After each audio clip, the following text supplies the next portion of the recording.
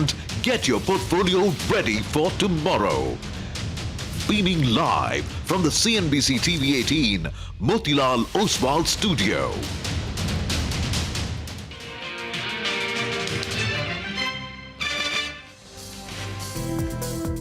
What we'll keep an eye out on is going to be the Trump and Xi's overall truce that comes in there. Everyone played their part as at the D.Y. Patil Stadium on Sunday night. The one sector which really stood out over the 5 trading sessions was the PSU bank space. Nifty Bank will have to find its form. It's seen a decent pullback from the recent high. So 25,720 is where the Nifty is starting. It's absolutely flat. The activities in the ground is quite good, and therefore I feel the business is good. In spite of all this asset quality that we have announced this quarter, we kept the slippage ratio guidance and the credit cost at the same. It's a 100-point recovery that is underway. Nifty is at that 25,750 mark as we speak. Two companies, Tata Motors and Ashok Leyland, have been the outperformers. Q1 was the first quarter that we are PAT positive. As you know, Q2 is very well done and over. We would love to continue the trend going forward. The Nifty up 32 points, midcaps outperforming, and banking names in focus as well.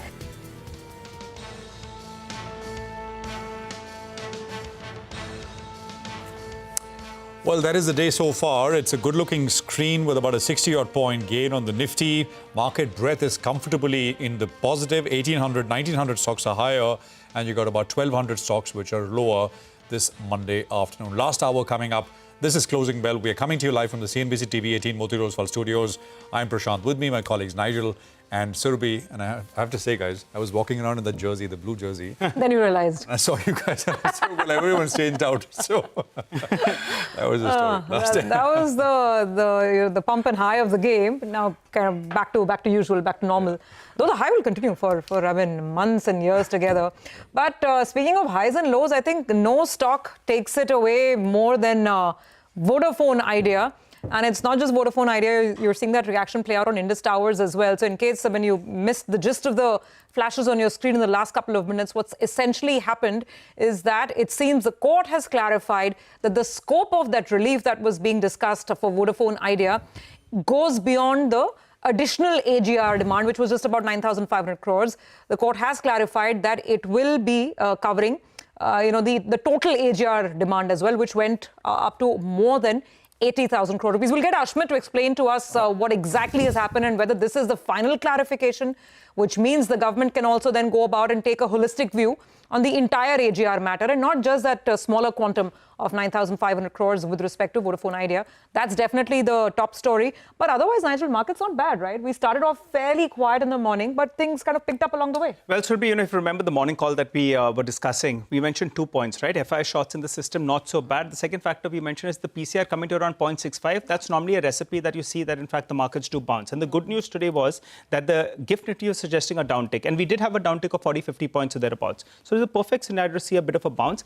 Can we get past closer to around the 26,000 odd mark? Now we'll have to see whether or not that can happen. But otherwise, the call was relatively easier from a bullish perspective today because of the ingredients that were in place. Soft start, and both the two technical indicators had moved out a little bit to the extreme. So in the near term, that bounce was expected. That's played out. Can we build on from here? Important to see. Well, you've got Indus jumping, Voda jumping, Bharti perhaps also comes up on your screen. It's a, for the lack of a better way, a mysterious sector, Telecom, but just crazy amount of volatility with this one. Order clarification, and it looks like, now the road's clear for the government to be able to offer the relief that it wants to, because at the end of the day, it owns half. It has got about 50,000 crores of market cap to defend. Its market cap now, which it owns in Idea, Vodafone Idea, that is. More in a bit. Well, let's just quickly run you through what's coming up. So markets, of course, doing well. Banking is leading the gains. And, the PSU Bank Index was up 5% Friday to Friday. That is last week. And it's no different today in that sense. Midcaps, of course, doing well. Idea is the top story. Ashmit joins us in just a bit. We'll get you some, expert perspective on this as well, whether this is now all done, at least in terms of what is allowed. We'll also talk about Vedanta, which is up a big one, 4%, 20 rupee gains, strong second quarter management commentary, etc. also looking pretty good. We had the management with us. We'll play out some sound bites as well. BOB is the other sort of earnings reaction. And again, we had the management. Shriram Finance is another one, which is up. This is actually the number one volume-led gainer across on the NSE. And we'll play out some sound bites there as well. So that's what's lined up here over the next 60 minutes. 60 points is what you have on the Nifty, 25,783. How should you position yourself in the last hour? We have Mitesh Thakkar joining us. Mitesh, good afternoon. Good to have you here. Your thoughts, quick ones on the indices and then any trades. Good afternoon, Prashant. So two things. One, I think, we kind of bounced back from areas near 25,600. And two, I think, as was highlighted, I think the PCL was oversold. So, there was always this chance that 25,600 will hold, and the medium-term charts also very positive. Now, what we need to do to continue on the upside is to get past 25,800. I think once that is captured, then I think, the path toward 2600, 26,100 opens, and then, we can look at all-time highs. So that's the way we are approaching the markets. But till we break 25,600, I think to maintain clearly a positive bias. On the stock side, I have a buy on Astral with a stop at about 1468 for targets of 1590, and a sell call on Colgate-Palmolive or Colpal if it breaks 2185, sell with a stop of 20 points and look for a target of 2140. Okay, all right. And those are individual trades. Well, as promised, let's go across to the big story, which is Vodafone Idea. Ashmit is joining us now. Ashmit, we were speaking on the phone 15 minutes back and, just talking about where this would go, and it's taken the last 15 minutes. It's all changed completely. What's happened, Ashmit? Well, attribute to, as far as that 15-minute call is concerned, 15-minute back that we were on the call, the reason I excused myself is because I saw Mukul Rohatgi and Solicitor General move towards court number 1, and that's where all the action went down over the last few minutes. The action that has gone down, what has effectively happened is that the Supreme Court has given a clarification which paves the way for the DOT to consider relief for Vodafone Idea across all the AGR dues. Now, why is this in question? Well, the Supreme Court order, the last order that had come out, had left room for confusion. The last Supreme Court order had said that Vodafone Idea itself is only asking for relief against only and only additional AGR dues. Whereas Vodafone Idea wanted to correct the Apex Court that that's not the only relief they've sought. They've also sought relief for reassessment of all the AGR dues.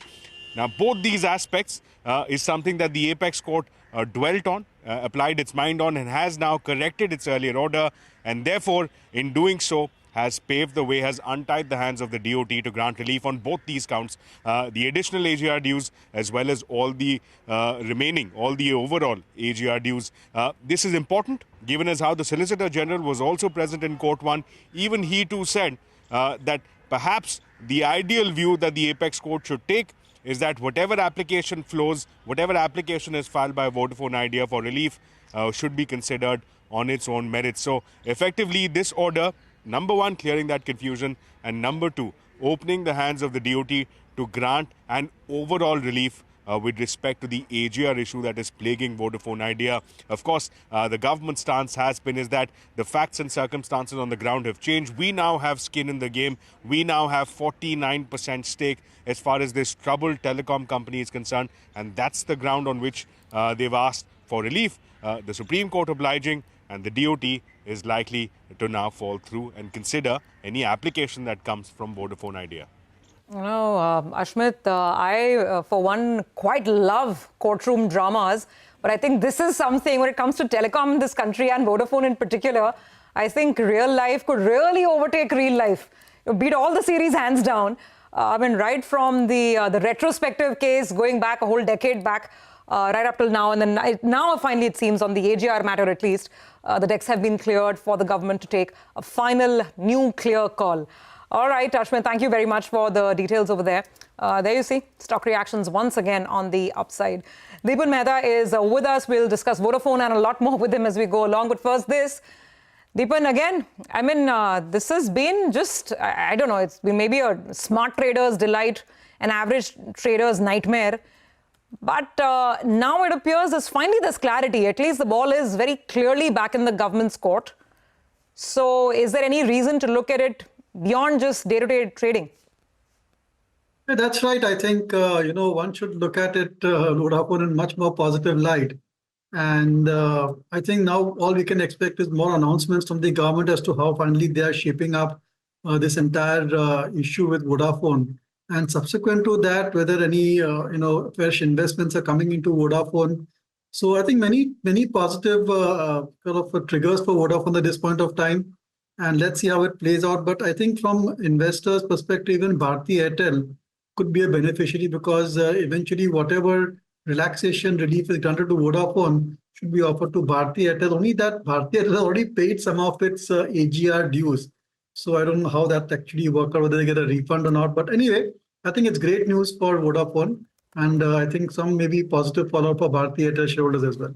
But I'm not sure. I mean, we don't have Ashmati. I think he's gone. But from what I remember, when he was explaining the verdict, when it came out to us, the actual copy of the verdict last week, I think it was clear that this is with respect to only Vodafone Idea. It doesn't apply to the sector as a whole per se, because this is a bit of a special situation with the government now being a very large shareholder. But we will see how this plays out and what the final interpretation really looks like. Deepan, the other stock of the day has to be Shriram Finance. I mean, the numbers look great. No complaints there. The management's very confident of 16-17% growth, quite confident on the margins as well. But then there is the story of a potential deal that refuses to die down. Your thoughts? The stock has already run up 20% in the last one month. I think more than 20%. So is the best in the price? Would you buy fresh? How are you looking at it? Surabhi, I think first of all, Shriram Finance's track record in terms of collection has not been the best. And from time to time, whenever the sector comes under stress, their NPAs do tend to shoot up. And that has caused problems in the past. But there's a lot of interest in banks, NBFCs, investment from foreign investors' point of view. And maybe there could be a deal in Shriram Finance. But nonetheless, I think these are kind of great times for NBFCs with lower interest rates, relaxation on RBI, from RBI for risk weightages. And overall, industry is doing very well, I think, with commercial vehicles, passenger vehicles, the entire auto industry doing well. Was a big impetus for Shriram Finance. And also it's trading at a big discount. Some of its peer group companies as well, be it Chola or Bajaj Finance, although its track record is not as good as these two companies. As shareholders of Shriram Finance, I think best to remain invested. One quarter should lead to another quarter, and you could see the company going, the stock price going from strength to strength. But as I said, I think end of the day, the minute the sector turns a bit muddy, this is one company's NPAs tend to start shooting up. Okay. Well, before we move on, let's actually hear out some of the management commentary. Like I said, they've been sounding very, very optimistic about demand. They are seeing demand across the board, CVs as well as the other auto categories, and quite confident on the margin front as well. Take a look. Values of the vehicles have remained very strong. It has not changed at all. That there is no nowhere you will see idling of a vehicle, income getting reduced, or vehicle value coming down. So these three things are very important for viability in a CV business. And since we are in touch with the customer, we have direct access to customer, we did not see any stress as of now. Even the sales numbers, if you look at the first half in the sales numbers have gone up. The CV demand has gone up, even though most of the demand would have come in the fag end of September. But even in October, the year-on-year sales numbers have gone up. That means there is a significant demand for a commercial vehicle. The activities in the ground is quite good. Typically, the festive period or festive time is the indicator of the mood of the customers. And this time around, the October has been all-time high sales number for all the segments, whether it's a passenger vehicle, commercial vehicle, two-wheeler, and three-wheeler, tractor. Every segment have shown big growth. Only one sector that has not shown a big growth or maybe even a growth is the construction equipment, where there has been some slowdown in the infrastructure spending. All right, Deepan, I want to come across to you and ask you your view on Vedanta. And let's run our viewers through first a quick analysis on Vedanta and why the stock is up. First, with regard to the results, the aluminium EBITDA number, I've been tracking it from they were doing less than 2,500 rupees EBITDA for a quarter. Now that number, the last few quarters, it's moved from around 4,500 crores to the last quarter, they've done 5,500 crores. Very, very encouraging. And, they're guiding for better times ahead as well. Now, what they're saying is that in this year, the EBITDA number will look more like $6 billion approximately. CLSA, they had put out an estimate. They were working with around $5.7 billion odd. Now, in the first half of the year, they've done only around $2.5 billion, which means the second half of the year, they'll do around $3.5 billion. That'll be very, very encouraging. So you're bracing for a better setup in the second half of this fiscal. Brokerages, CLSA, they are bullish on the stock. They have an outperform rating. Target price roughly around 580 rupees. But they point out that the outcome of the $2 billion bid for Jaiprakash Associates assets, that's going to be very, very important. That's key to watch, given it's going to be a diversified asset. So we'll have to keep an eye out on that. Citi as well, they have a buy rating, target price around 585 rupees. They say that the parent leverage, well, that's at comfortable levels. The potential medium-term aluminium price upside as well is there. So that's why they do like the company. So both those two brokerages fairly optimistic on prospects. The management, well, they spoke to us earlier today. They gave us a good breakdown. On the aluminium business, they said that they're expecting the aluminium prices to hover in that range of around $2,850 per ton to around $3,000 per ton, which is encouraging.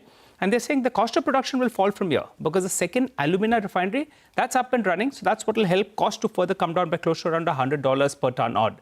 On the debt reduction front, they're saying Vedanta Resources is in great shape. Remember, a few quarters ago, it was at around $9 billion. It's come down to around $4.5 billion. And they're saying in the time to come, it'll go down to around $3 billion. While on the listed entity, Vedanta Limited, the net debt is currently around 1.4 times odd. They're expected to come down to around 1 times. On the demerger, they're confident. Demerger gets done in this fiscal year itself, and they're ready to give the corporate guarantee to the Ministry of Petroleum. If that is the case, that demerger could see the light of day. To put all this together, a better showing the second half of the year, optimism with regard to the demerger and valuations in favor explains why the stock is doing quite well. In fact, earlier today, I spoke to Mr. Ajay Goel, the group CFO at Vedanta, on a whole host of issues. Let's listen in to what he had to say. So you may have seen in the last NCLT hearing, the SEBI has approved Vedanta's demerger. And the next date of hearing, in fact, is on the 12th of November. And that hearing we see as conclusive. Vedanta is agreeable to keep the corporate guarantee in case if that's a requirement. But we are very, very confident that a demerger will reach conclusion by end of fiscal, as we have earlier committed. Deepan, what do you say about this one? Vedanta, not a stock for the faint-hearted. Over the last 10 years, we have discussed it numerous times. You don't know what they'll do next. But now if the metal cycle is going to be, you're going to have a lot of tailwinds. And the company seems to be doing the right moves, particularly on the cost side. The LME is not in their favor, but on the cost side, they've reduced costs drastically. And you have that demerger, which gives you the optionality value as well. Your view, 515 rupees odd? Najal, I think you summed up the investment case really well. Not the investment case, putting the facts on the table. Yeah, but I think the facts are very attractive. I should correct myself. Yes, it's not an investment case. The facts are pretty attractive. And I think you covered it really well. Maybe, you should look at the stock in positive light. I think there's a trading rally possible because typically when these splits take place, the kind of listed entities, the separate companies, their value tends to be more than the combined entity. So that at least in that sense, there's a little of margin of safety and massive expansion plans also going on stream. And gradually, I think uncertainty around the corporate debt is reducing. So I think you could have a good trading rally in Vedanta for the next few quarters or so. Certainly worth watching. As an investor, I think best to remain invested. Fresh investments maybe at these levels or slightly lower may give good returns. The high which this one made, I think it's I'm looking at a yearly chart on this one, and on Vedanta, 526, right? 526, 527 it's closer was the high. It's closer to the it's at a 52-week high. Basically, 500 around is essentially the point where it got to almost in 2010 as well, and then since then has been sort of meandering. So this is the place now. if this is to sort of take Yeah, out. And as I always mentioned with regard to Vedanta, there is, if you look at it in the last 5 years as well, the stock could be all about, but I think there's 250 rupees of dividend as well. So, effectively it's around 750 rupees. So sometimes when you get these things that, the promoter's tricky, promoter saying, I'm taking care of Vedanta resources, I'm giving you also the dividend. So some shareholders are pretty okay with that. I recall, Philip Capital Vikas, who joins us quite often, when the stock was around 210 in September 2023, he came out and said, I'm happy with this. And he's got the call right. So kudos on that one. Yeah, absolutely. Walcott is up some 9%, 10%. I'm not sure what's happening. In terms of timelines with the blockbuster molecule, which is, which has got a very, very large addressable market, they were waiting for some approval, and it was supposed to happen. I mean, the timeline is right about now. I'm not sure if that approval has come through. We've not heard anything. Deepan, do you have any view on Walcott per se? No, I think that, it's great that they have got, among the few companies which are really solid when it comes to new chemical entities, and very good success is what they've got over there. Another company which comes to mind, of course, is Glenmark. But Walcott also, I think, if they get the approvals and actually sales start to trickle in, the profit margin will be quite high, astonishing for this particular molecule. And there's always a scope to expand it to smaller other markets where the regulatory or the permission requirements are slightly lower in India as well. So generally positive on Walcott, but these things one can't really get a handle on what the numbers will be and what the potential of the new molecules are. And mind you, they've got 3 or 4 exciting molecules in various stages of development. So, but one I think I don't recollect the name exactly has got the highest potential, as you say. Got it. All right. Thank you, Deepan, for that. A good conversation. You have a good rest of the day, and we look forward to catching up again soon. Right now, we do have to take a break. But before we do that, it is time to highlight the Super Pro chart of the day, powered by Money Control. Super Pro, a segment where we turn data into direction. Each day, we pick one chart that sums up the story driving the markets and help you understand the why behind the what. Here's today's chart and what it means for your next market move. IDFC First Bank is the stock on your screen, showing a rectangle pattern and a bullish breakout. Let's get the chart up. Yeah, there you go. So it's a rectangle pattern, which is a consolidation phase, and then a breakout above that. As you can see, a rectangle pattern bullish breakout is a signal that the consolidation phase is complete and the momentum is expected to drive a continuation of the preceding uptrend. And if you'd like to access more expert-driven insights and actionable chart patterns like this one, simply scan the QR code on your screen and subscribe to Money Control Super Pro. Plus, this festive season, there's more reason to celebrate. 10 lucky subscribers every day can win 1 gram of gold. So don't wait. Scan, subscribe, and make your portfolio shine brighter with Super Pro.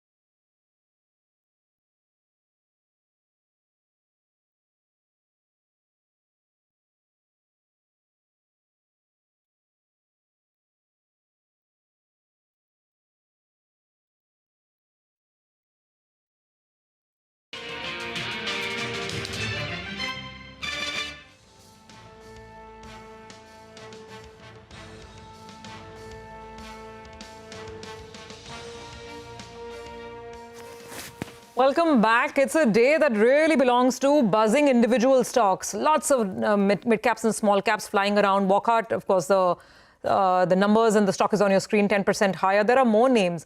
In a bit, we'll talk about Thangamal Jewelry. Thangamal, after numbers, is up 20% on circuit. Talk about glittering and shining. And another example would be, say, an LG Balakrishna, also reacting to numbers and commentary. LG Bala is up some 15-16% as well. So really, quite a day for individual stocks.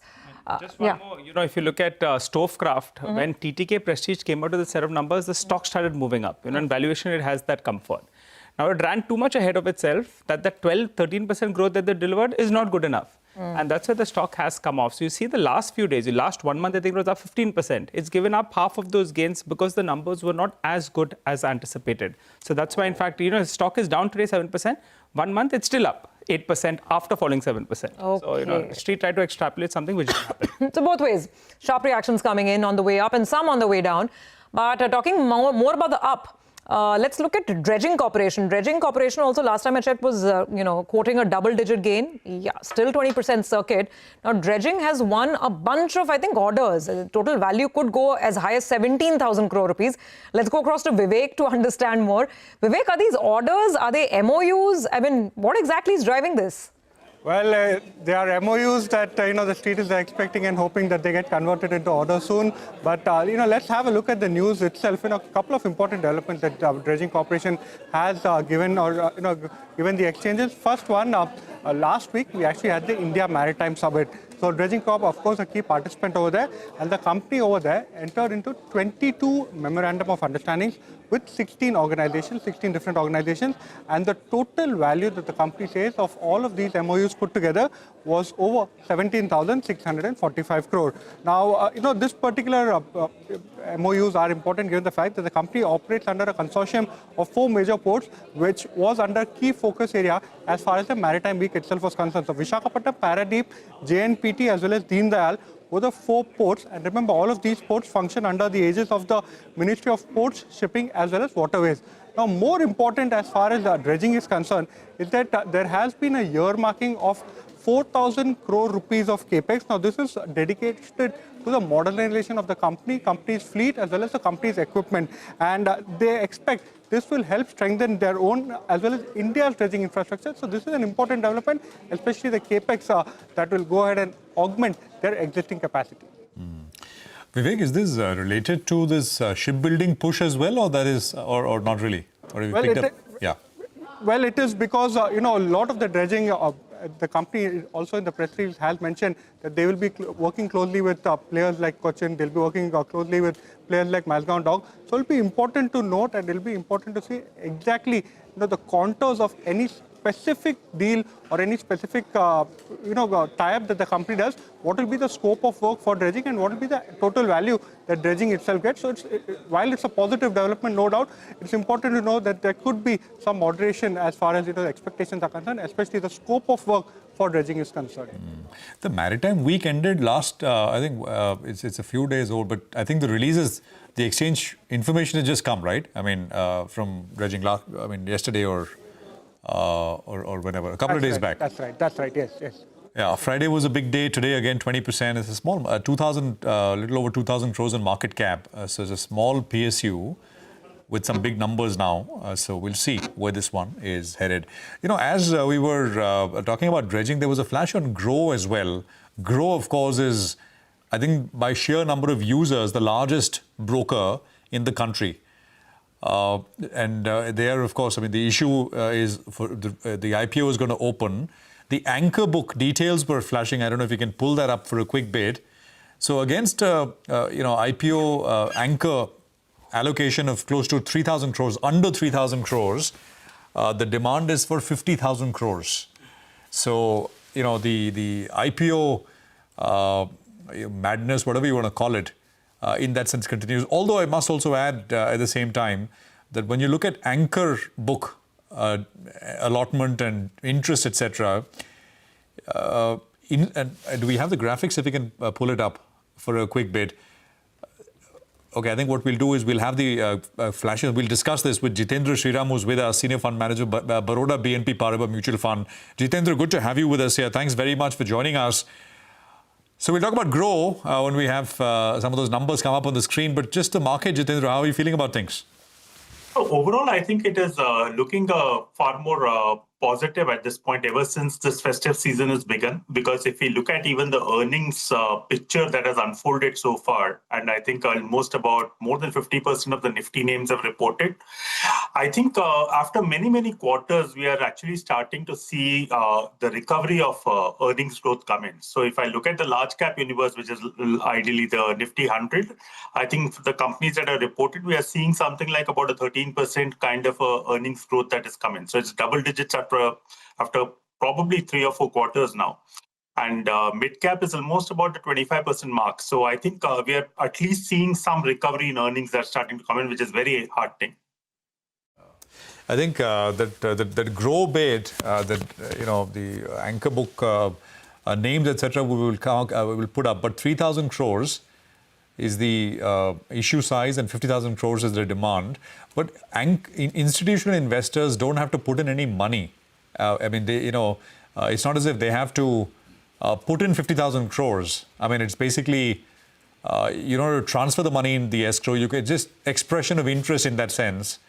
And in that sense, I mean, a fund with the AUM of 500 crores, I mean, if it wants, it can express an interest of 2,000 crores. So it's got nothing to do with the size of the AUM or any fund managers. So in that sense, when you look at some of these numbers, don't get carried away. Of course, there is great demand and it shows interest, but you're not actually putting the money into an escrow waiting for allotment to take place. So just wanted to make that point. Some of the names, of course, who've participated or rather have put in bids are up on your screens as well, all source-based information. Jitendra, one more capital market name. Any thoughts out here on this space, and maybe if you have a view on Grow as well?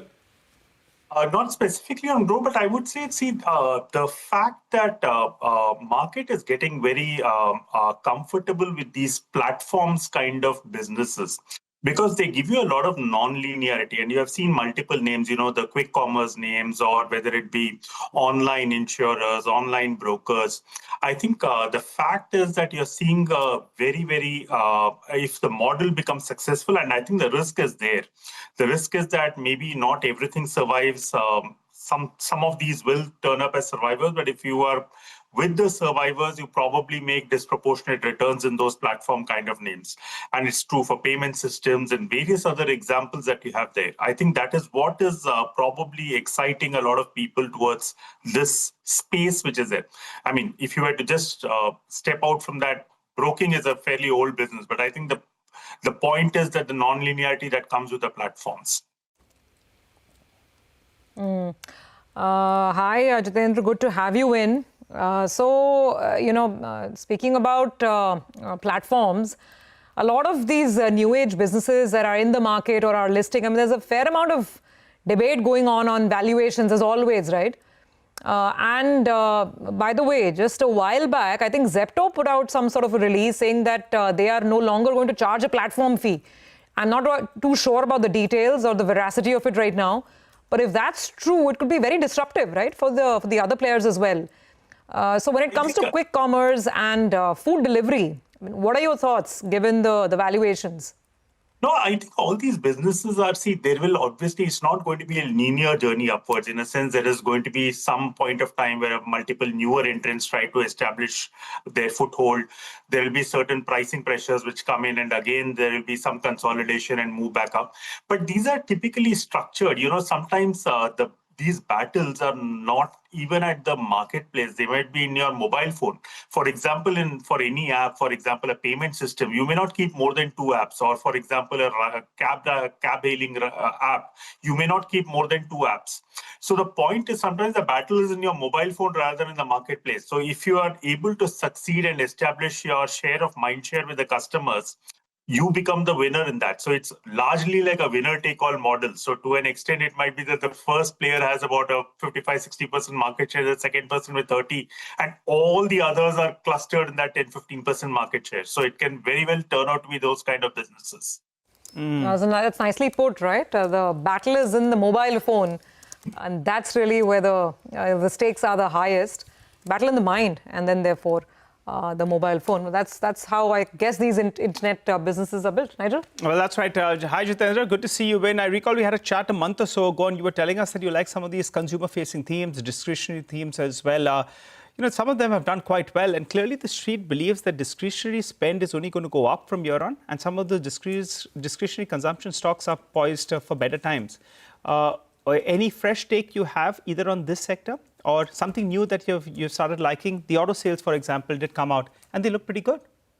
Yeah, I think auto has been quite decent, and especially the fact that, GST has obviously been a catalyst for not only enhancing sentiment, but we are also seeing, whatever reports we get from the trade, we are seeing a lot more of showroom interest and so on and so forth.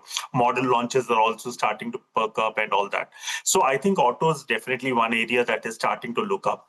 I would also probably put that, consumer discretionary could also play out in a lot of other things like, whether it is hotels or jewelry and stuff like that. All these are also, we heard some very fabulous, numbers for Dhanteras and all moving around in the social media. So time will tell whether how much of it was correct or not. But I think those are at least early indicators that all these measures that the government took, right, from income tax cuts and then following up with the GST cut and so on, at least it's starting to rub off on the consumer sentiment as such. Okay, all right. Jitendra, a final word before we let you go. You're sounding pretty optimistic on the prospects of market, and we discussed the last time around as well. Hopefully, earnings do come back. What's the biggest risk to the market? Because government action has come about. We have seen that the RBI as well, they have fired quite a few of their bullets. The global environment itself is holding out. According to you, what's the big risk to the Indian equity markets? I think I would probably put inflation as the biggest risk because of what is happening with Trump tariffs, etc. I think there is definitely two things which are happening, which are probably a little bit of an upside risk on inflation. It may not be an India-specific factor. One is obviously the fact that you are seeing the tariffs lead to higher levels of inflation. The second is also that with Fed cutting rates, there is a weaker dollar environment which one is into, and which is leading to a surge in commodity prices also, and you can see it in all your metals index and various other indices that commodity prices are spurting, which can have with a lag effect some push up on the inflation front. So we'll have to keep an eye on that. I think that could be the big risk for markets. Okay. All right, we'll leave it on that note for today. Thank you very much for joining in. Good to get that perspective from you on the market. Quick check back on the screen, and it seems to be pretty much the same situation, the same picture. Headline index, Nifty Sensex, not too much going on, fairly quiet, but lots and lots of action at the individual stock level, and that's reflecting in the way the midcap market is shaping up. Midcap index is still up 0.75%, though, and the advance decline ratio, of course, is also still positive. Let's get the advance declines up. More than 1,600 stocks advancing still, and about 1,200 stocks on the declining side. So broader markets are doing pretty okay. Well, on that note, let's move on and get to Nimesh for today's D Street Chatter. Nimesh, a new week. What are you picking up? Hi, sir. Been a small recovery from an extremely oversold levels. I spoke about the PCR being at 0.65. Normally from those levels, you see a pullback, and that's a small pullback is playing out in today's market. Even from a flow perspective, I understand there's going to be a small buy figure. So watch out for the institutional data. But while the midcap index is outperforming today, the sense is that at least there seems to be sell flows from larger institutions. So, but the index is up, there could be a supply as well in the broader market. That's the overall flow perspective. PSU Bank continued to outperform. The index is up another 2%. And in general, the PSU is a space where that's well built as well from larger institutions, which means there is buying interest from larger FIs as well as domestic funds into the PSU stocks in the last couple of days. On the upside, watch out for 60 to 200. That's a big resistance level to watch out for on the upside. But looks like there could be some small momentum back in the broader markets, and looks like some bit of FI buying is also back in the large cap stocks. Okay, all right, Nimesh. What about individual stocks? You picking up anything?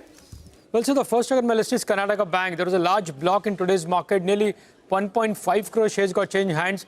I understand one of the large FPI holder was a seller in today's block. They're still left with a small stake, but in terms of buyers, I understand 60% of the book was bid by long-only funds. So the disclosures could be quite interesting in Karnataka Bank today. The second name is Eternal. If you look at the intraday charts, even that stock is recovered from the intraday lows. In fact, last whole week, the stock was under pressure on back of selling pressure. Looks like that large selling from a leading FI seems to be largely over, and hence you're seeing a bit of an uptake in Eternal today. And the last is Vishal Megamart. Well, the numbers are yet to be out, but I understand post-earnings, you're going to see a large block in Vishal Megawatt. So that's something to watch out for. In fact, in general, now that we are heading towards the fag end of the earnings season, the QIP launches, the blocks are going to start very soon in a lot of the mid-cap names. All right. Thanks very much, Nimesh, for that. That's D-Street Chatter with indication that the blocks are going to start raining down along with the primary market issuances, etc. as well. Lots of supply lined up. We'll take a quick commercial break here. We're going to get you some buy today, sell tomorrow, basically short-term trading ideas with our technical experts on the other side. Stay tuned.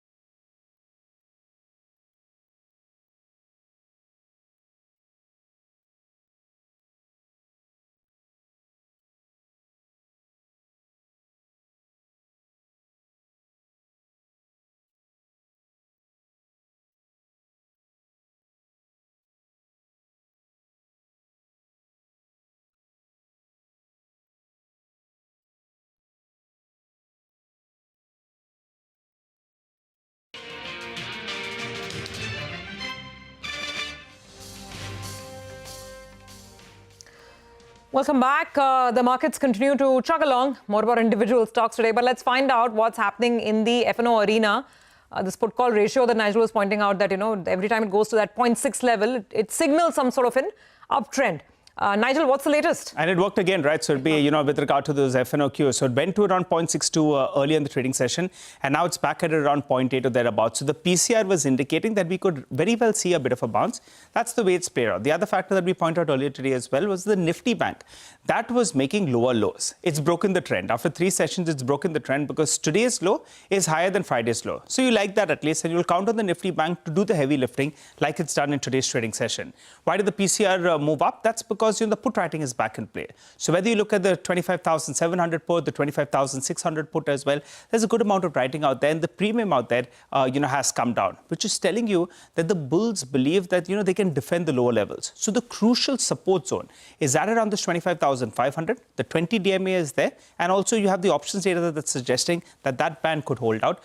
But you'll get a fresh breakout first when we get past the 26,000 odd mark, and then obviously the 26,300. That's the line in the sand. That's the level that the bears believe they are going to defend. So, that's basically the levels that you're looking at. Stocks that we're looking at in today's trading session. Godrej Consumer, there were some shorts in the system. The numbers look quite good. They've done that inorganic growth as well of around 450 crores. Street likes it. Short covering bounce playing out on that particular name. Bank of Baroda as well. Some of these PSU banks, they're moving with good amount of momentum, and that's the case even on this one. So big short covering bounce is what we're seeing on this one.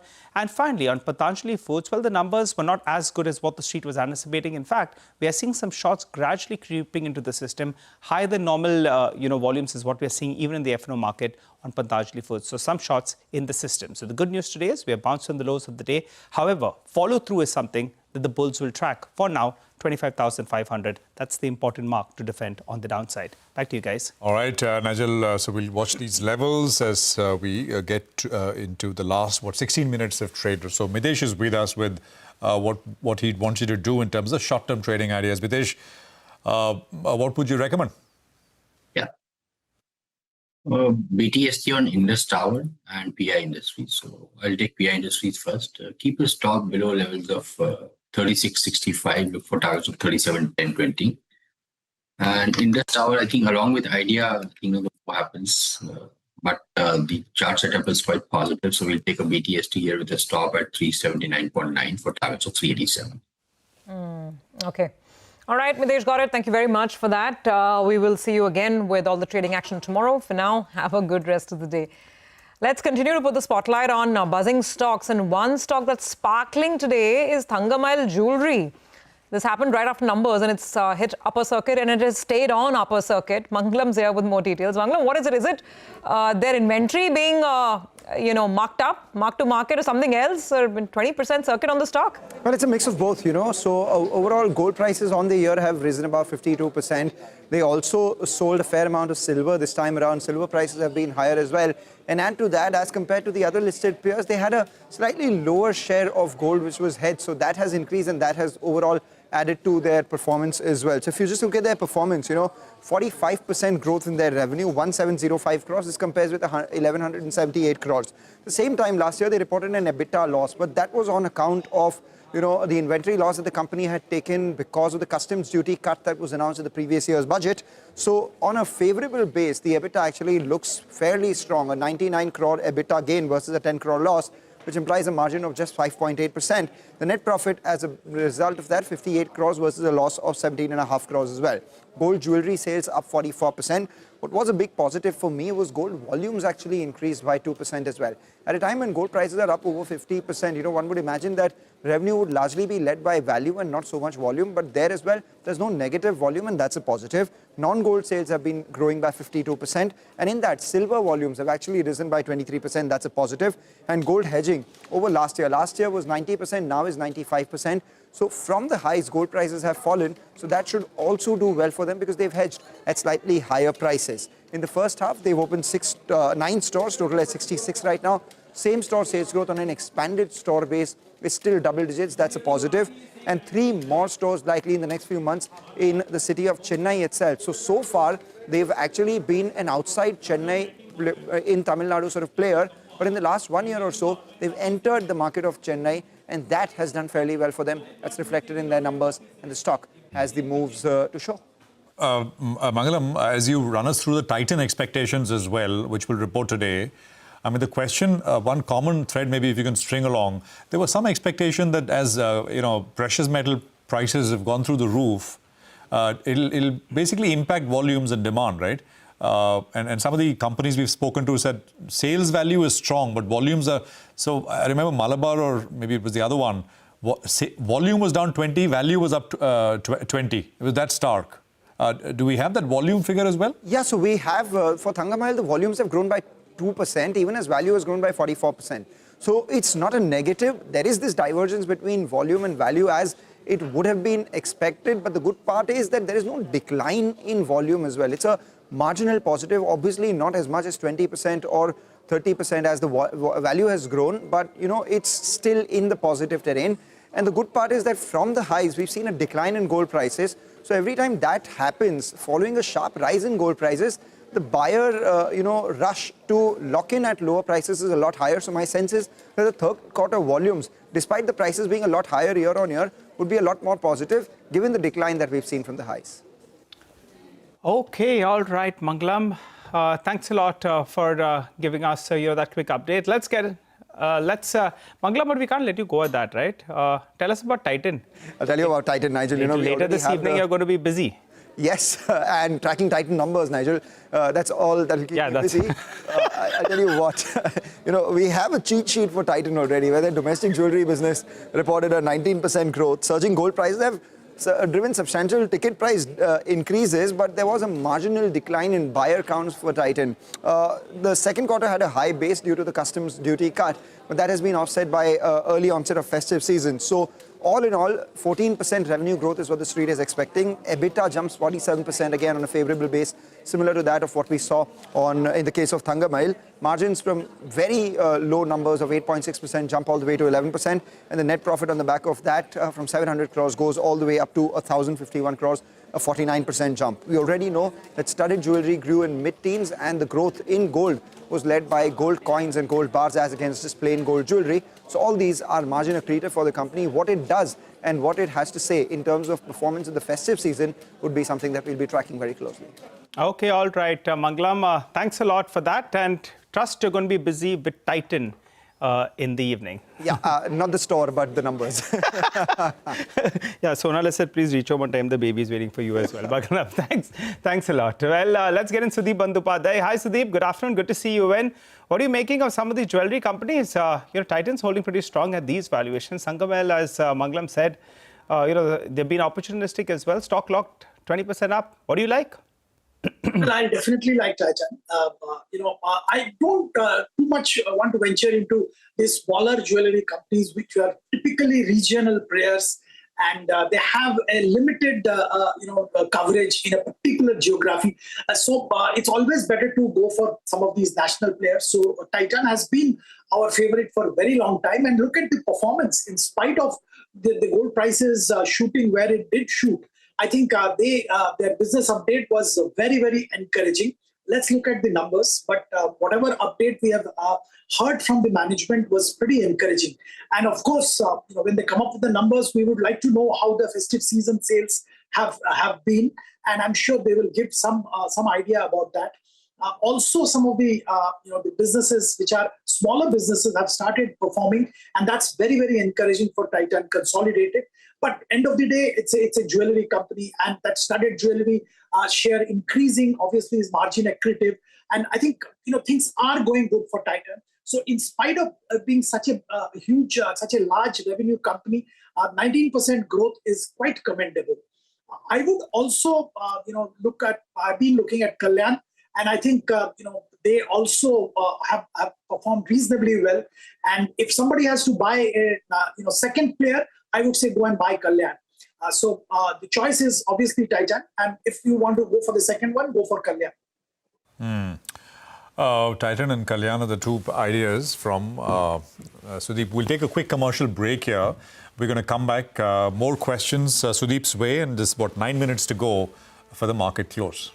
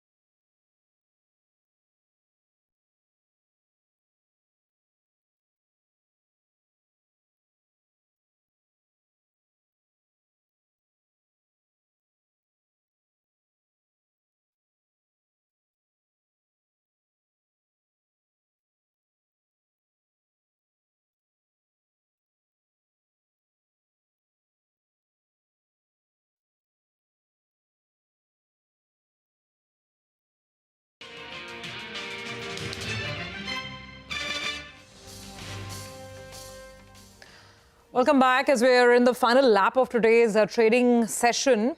Vodafone Idea and Indus, by the way, they're still holding on to the bulk of their gains, between 5 and 8% higher.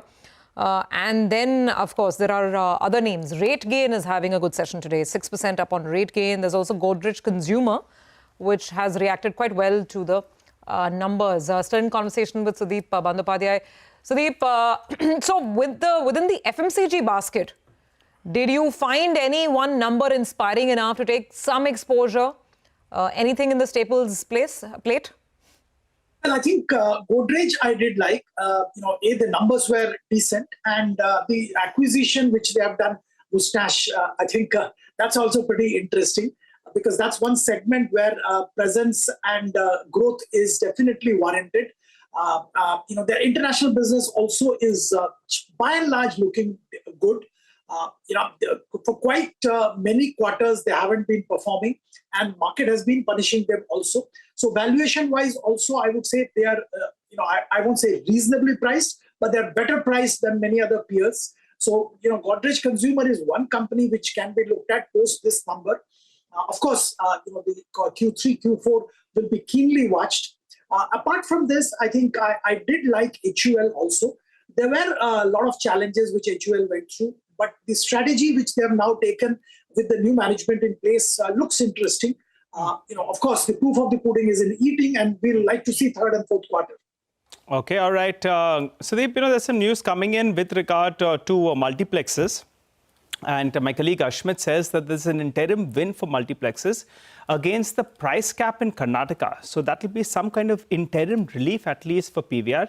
They're saying that, the Supreme Court has stayed Karnataka government's rules that sought to introduce a price cap. So for the time being, that price cap will be pushed back a little bit, and they'll have to come with some other resolution. So PVR could be the stock that you'll be focusing on because of the interim relief that we're seeing. I think the stock has just perked up a little bit from there. What's your view? There was this fear of price cap, occupancy as well as down. But what do you think? People still go to the movies? Well, absolutely. People still go to the movies, and you go on a weekend. Though the fact remains that there may not be any great movies, I think you find the multiplexes kind of full. The F&B is doing great business. And of course, as we all know, that's very, very margin accretive. So overall, I think they are at a good place. A lot of releases are lined up in Q3 and Q4. So an interesting space to watch. Valuation is not cheap, but definitely worth getting into PVR INOX. Okay. All right. Sudeep, thank you very much for all the advice today. We just have about a minute to go before the bell goes off. So let's quickly recap what has been actually a pretty steady day. Steady with a positive bias, because a lot of individual stocks, wherever earnings were hitting the mark, those stocks were rewarded in a big, big fashion. For the large cap screen, about a 45-point gain. Let's talk about the winners then. And Shriram Finance definitely takes the top honor. 6% up on Shriram Finance, taking its monthly win to 30%. That's the kind of run the stock has had. The other name that perked up after earnings was Tata Consumer, 2.5% up over here. A bunch of auto stocks had a good session today. Tata Motors and Mahindra, both of them going home with gains of about 2% apiece. Then you had a couple of financials like HDFC Life, SBI Life, HDFC Bank, Kotak Mahindra Bank. So even State Bank of India, by the way. So fair amount of green across the financial landscape. What didn't work? Maruti Suzuki. It seems that the management saying that steady state, 7 to 10% sort of growth across the portfolio, that triggered some profit taking on the stock. So down about 3.5%.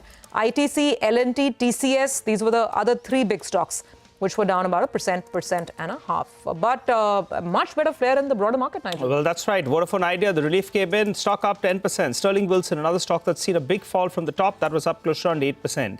BLS E-Services, that's the other stock that was up close to around 14%. And EPAC Prefab, that stock was up close to around 10%. So big moves in some of these names. Vedanta, we told you that, in fact, those numbers look pretty okay. The management commentary was superb. Brokerages are quite optimistic with regard to the prospects. I think the joker in the pack is going to be that demerger as well as JL. For the time being, the stock went up close to around 4% in trade.